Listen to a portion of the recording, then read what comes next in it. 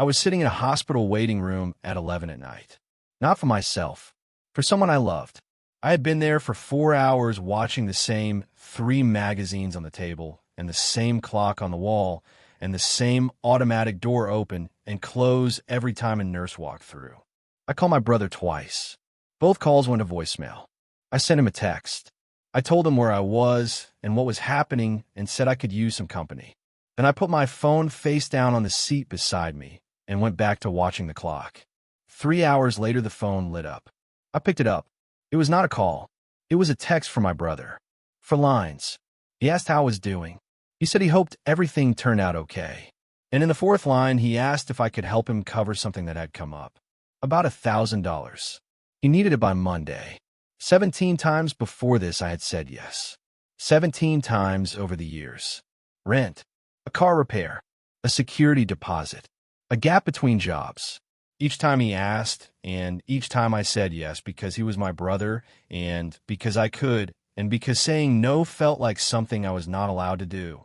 This was the 18th time, and I was sitting in a hospital waiting room at 2 in the morning with my phone in my hand. I put it back down. I did not answer either question. Not how I was doing. Not about the money. I just sat there and waited for news I was terrified to hear and thought about 17 years of saying yes to someone who could not sit in a waiting room for me. I am 3 years older than Danny. That does not sound like much, but it was enough. When he was 15, I was 18 and driving him to places he needed to be. When he was 22, I was 25 with a steady job and an apartment that had a couch he crashed on more than once. I absorbed the role of reliable one early. I kept it because no one ever asked me whether I wanted it. Not my parents. Not Danny. Not even myself most days. Our adult relationship has been close in the way brothers are close when one of them has always shown up. Holidays together. Calls most weeks. No major falling outs. The lending started when Danny was 24 and between jobs. He needed $1,000 for rent. I sent it. He paid it back in 8 months. I count that first loan as the beginning not because it was wrong, but because of what came after. Once you say yes to someone who needs help, it becomes easier for them to ask again. And once you say yes the first time, it becomes harder for you to say no the second time. The 17 requests that followed came over 12 years. Car trouble, a security deposit, a gap between paychecks, a medical bill for something he never fully explained, a business idea that needed seed money, rent twice, a broken furnace, a legal fee he said he would tell me about later and never did, a flight he said he had to take for a funeral I never asked about, and several that blur together by now because the amount was always the same. $1,000. Never more. As though the number had been calibrated to be the most he could ask without it feeling like too much. Of the 17, Danny paid back 4. I know this because I kept a note on my phone. Not to collect. Not to use against him. But because I needed to know what I was actually doing when I said yes each time. I never showed him the note. I never asked for repayment. I told myself the money was given, not lent, and I tried to believe it. But if I had truly let it go, I would not have needed to write it down. That is the part one did not admit to myself for 12 years. The note was not about Danny. It was about me, and what it cost me every time I said yes. Saying no to Danny never felt like a simple refusal. It felt like a structural failure. Our father left when I was 9 and Danny was 6. Our mother worked 2 jobs through most of our childhood. I became the one who handled things early. Not because anyone asked me to, but because the role was available and I was old enough to fill it. By the time I was an adult, being the one who helped Danny was simply part of how our family functioned. I did not question it. I did not even notice it. It was just what I did. 5 years into the lending pattern, Danny called our mother when I hesitated on one of his requests. Request number 7 or 8. I cannot remember which. He told her he had asked me, and I had not said yes yet. She called me that evening. She did not accuse me of anything. She just said he does not have anyone else. I sent the money the next day. I did not argue. I did not point out that I had already sent him thousands. I just did what I was supposed to do, because that was what family did. That was what she had raised us to believe. Here, is the thing about Danny that made refusing difficult in the moment. He never asked badly. He did not guilt trip or pressure. He called and explained the situation in full. He acknowledged it was a lot to ask. Then he waited. The asks were always reasonable in isolation. $1,000 for a car repair. $1,000 to cover a gap between jobs. $1,000 for something that sounded urgent and real. It was only in aggregate that they became something else. 17 times over 12 years. A note on my phone that I looked at sometimes late at night when I could not sleep. I think about that conversation with my mother now. He does not have anyone else. That was true, but I did not have anyone else either. Not in the way she meant. I had a job and an apartment and no one asking me for money. But I did not have someone who showed up for me the way I showed up for Danny. I just did not notice that for a very long time, because I was too busy being the one who handled things. And that role does not leave much room for noticing what you are not getting. Claire was scheduled for a procedure, not emergency surgery, but serious enough that it was done in a hospital rather than outpatient. The surgeon said it would take 2 hours. I kissed her before they took her back, and I told her I would be there when she woke up. I sat down in the waiting room with a book I did not read and a phone I kept checking. Hour 1 passed. Hour 2 passed. Hour 3 came, and the surgeon had not come out. I was alone. I called Claire's sister. She said she would drive in from 2 hours away. I called my mother. She said she would pray and asked me to keep her updated. Then I called Danny. The first call went to voicemail. I left a message. Calm. Clear. I told him where I was and asked him to call back. An hour later, I called again. Voicemail. I sent him the text. I told him where I was and what was happening and said I could use some company. Then I put my phone down and waited. 3 hours later, it lit up. I thought it was Claire's sister or my mother or the surgeon. It was Danny. For lines. He asked how I was doing. He said he hoped everything turned out okay. Then he asked if I could help him cover something that had come up. About $1,000. He needed it by Monday. Claire's sister arrived at 1 in the morning. 40 minutes after his text came in. She sat down next to me, and I showed her the message without saying anything. She read it. Then she set my phone down on the seat and put her arm around me. Neither of us said anything about Danny for the rest of the night. There was nothing to say. He had already said everything. The surgeon came out at 1:40 in the morning. He said Claire did well. They had a longer road than they expected, but she was out and she was stable. I asked if I could see her. He said, give us 20 minutes. I sat back down and cried in a way I had not cried in years. Not from relief. Not entirely. From something I did not have a name for yet. Something about being alone in a waiting room for 7 hours, and the only person who asked me for something was the one I had been giving to for 12 years. Claire was stable. The immediate crisis was over. But I was holding a text message that asked me for money from a hospital waiting room. I did not know what to do with that when daylight came. I did not respond to Danny's text that night or the next morning. At 10 a.m. he called. I was at the hospital sitting with Claire, who was awake and recovering. I saw his name on the screen. I let it ring. That was the first time in my adult life I had deliberately not answered a call from my brother. I noticed the specific quality of that decision. It was not dramatic. It was just different. Like putting down something I had been holding for so long, I had forgotten I was holding it. Danny called again at noon and left a voicemail. I listened to it that afternoon in the hospital corridor. He said he had been thinking about me and hoping everything was okay. He said he knew the timing on his text was bad and apologized for that. He said the money thing could wait.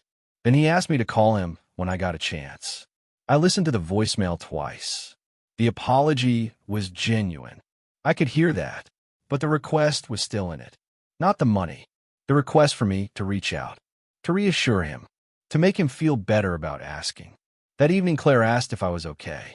Not physically, but in the way she asks when she can see something working behind my face. I told her about the text.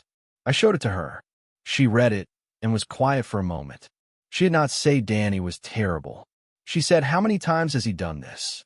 I told her about the note on my phone. I read her the list. All 17. Car trouble. Security deposit. Rent twice. The medical bill. the flight, the ones I could not remember clearly anymore. Claire listened without interrupting. When I finished, she said I had never told her the full number before. I said I did not want to make her not like him. She looked at me for a long moment. Then she said that was not her job. That was his. I sat there with that. I had been protecting Danny from consequences, not just with money, but with silence. I had been managing everyone's perception of him for years. Claire's, my mother's, even my own. I told myself I was being loyal, but I was just hiding what it cost me, hiding what he had not done. The question was no longer whether to respond to his text. It was whether to keep managing or stop. And I did not know if I knew how to stop something I had been doing since I was 9 years old. Claire came home 3 days after surgery. The house reorganized around her recovery for a week. Meals and rest, and her sister staying for 4 days to help. Danny did not call during that week. He sent 2 texts checking in on Claire. Both brief, both kind. I responded to both with a short thank you. I did not mention his request. Neither did he. That was our pattern. We could both feel something sitting between us, but neither of us would name it first. 10 days after the hospital night, I opened the note on my phone, the one with all 17 entries. I did something I had not done before. I added up the total, across 12 years, accounting only for the amounts that were not repaid, $11,000. I sat with that number for a long time. It was not a devastating amount in isolation. It was not nothing either. It was the cost of saying yes to someone who never learned to stop asking. It was also the cost of not saying no. I put the phone down and walked around the house for a while. Then I picked it up again. I called Danny, not to confront, not yet, but because I had been composing the conversation in my head for 10 days and I needed to stop rehearsing it and start having it. He answered on the second ring. Warm, relieved to hear from me. He asked immediately about Claire. I gave him a brief update. Then I said I wanted to talk about the text. He said, of course. Said he was sorry again about the timing. I said the timing was part of what I wanted to talk about, but not all of it. I asked if he could come over that weekend. He said come over. Yeah, of course. Is everything okay? I said I wanted to talk in person. It was easier. He paused. Then he said okay. Yeah, Saturday works. Another brief silence. Then he asked if this was about the money. I said it was about a lot of things. Saturday. He said okay. I hung up. He had 4 days before Saturday to decide how he was going to show up to that conversation. I had 4 days to decide how I was going to have it. I had been saying yes to Danny for 12 years. I had been managing his reputation and absorbing his requests and telling myself it was fine. Saturday was the first time I was going to say something else. And I did not know if he was ready to hear it. I did not know if I was ready to say it. But I had to know on my phone. And I had a number. 11,000, and I had a text message from a hospital waiting room. That was enough. I drove to Danny's apartment on Saturday afternoon. I had not made notes or rehearsed a speech. I decided to say what was true and stop when it was said. Danny answered the door. He had coffee made. The apartment was tidier than usual. He had put out snacks I mentioned liking once. I noticed all of this. It did not change what I came to say. He was trying. But trying to make the room comfortable was not the same as trying to understand. We sat on his couch. I told him about the note on my phone. I did not read the full list aloud. I told him it existed. I told him the total. I told him I never intended to collect it, but kept the record because I needed to know what I was actually doing. Then I told him I did not want the money back. I wanted him to understand what the night in the waiting room felt like. What it meant that his text arrived the way it did at the time it did. I said I had never needed anything from him, not once in 12 years. That night, I needed someone to sit with me, and what I got was another request. He said he did not know how bad it was. I said I told him in the text. I said I needed company. He said he was in a tough spot that night. He had a thing. I said I was not asking him to defend it. I was asking him to hear it. There was a long silence. Then he said he heard it. I asked if he did. He looked down. He did not answer immediately. When he did, he said he thought he had leaned on me a lot. I said 17 times. 18 if I counted the text. He was quiet. Then he said he did not know it was that many. I said I knew. The conversation ended without resolution and without a fight. Danny did not promise anything. He did not ask for forgiveness. I did not ask for it. I drove home feeling emptied out in a way that was not entirely bad. I had said it. The number. The waiting room. The 12 years. He had heard it. Whether he would do anything with it was not up to me. I had spent so long managing his life and his feelings and his reputation. Saturday was the first time I just said what was true and let him sit with it. That was not nothing. 2 weeks after Saturday, Danny called and asked if he could come over. He arrived on a Sunday with an envelope. Inside was a check, not for $11,000, not for all of it, for $2,000. He said it was not everything, but it was what he could do right now, and he wanted to start. I looked at the check for a long time. I did not ask for this. I did not ask for any of it. But there it was. His name, an amount, a date, a signature. I asked him where the money came from. Not suspiciously, but I knew his financial situation, and $2,000 was not small. He said he asked our mother for some of it. He used money he had been setting aside for something else for the rest. Then he told me he called her and told her the full version. The 17 loans, the night in the hospital, the note on my phone. I asked if he told her all of it. He said yeah. I asked how she took it. He said she was quiet for a long time. Then she said she had not realized how long it had been going on. I asked what else she said. He said she told him she was sorry she called me that time, about him not having anyone else. I was quiet. He said he did not know she had done that until he told her the story and she brought it up herself. I said she remembered that. He said she told him she had been telling me to carry things that were mine to carry.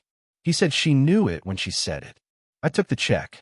I did not deposit it immediately. I put it on my kitchen counter and left it there for 3 days while I decided what it meant and what I wanted it to mean. 2,000 was not 11,000, but it was not nothing. It was Danny starting. It was Danny telling our mother the truth.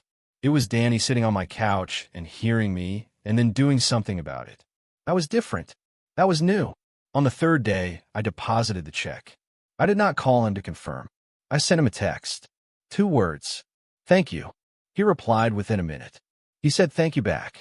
I did not ask what for. I think I knew. For telling him. For not giving up. For still being his brother after all of it. I was not sure I deserved that. But I was not going to argue with it either. My mother called me 4 days after Danny's visit. She did not open with small talk. She said Danny told her everything and she had been thinking about it since. She said she wanted to talk and asked if I had time. I said yes. Then she asked if she could come to the house rather than do this on the phone. I said yes again. I did not ask what she wanted to say. I thought I already knew. She arrived the next afternoon. Claire was home, but made herself scarce. My mother and I sat at the kitchen table. She told me directly that she put something unfair on me when she called me years ago and said Danny had no one else. She said she knew when she said it that she was using my sense of responsibility as leverage. She told herself it was for Danny's good. She said she was wrong to do it. I listened. I did not rush to reassure her. She said she made me the safety net and never asked if I wanted to be. I said no. She did not. She said she was sorry. I paused. Then I said I knew she was trying to take care of him. She said she was. But she said she was doing it with my money and my time, and she did not name that. I said I could have said no. She said she made sure it did not feel that way. Then a silence. She said that was wrong. I nodded. I did not tell her it was fine. I said I appreciated her saying it. That was the truth. I did not need her to fix anything. I just needed her to see it. Before she left, she asked about Claire. I took her in to see her. The 3 of us sat together for 20 minutes and talked about nothing important. My mother hugged Claire carefully because of the surgery. Then she hugged me at the door for longer than usual. After she drove away, Claire came to stand next to me.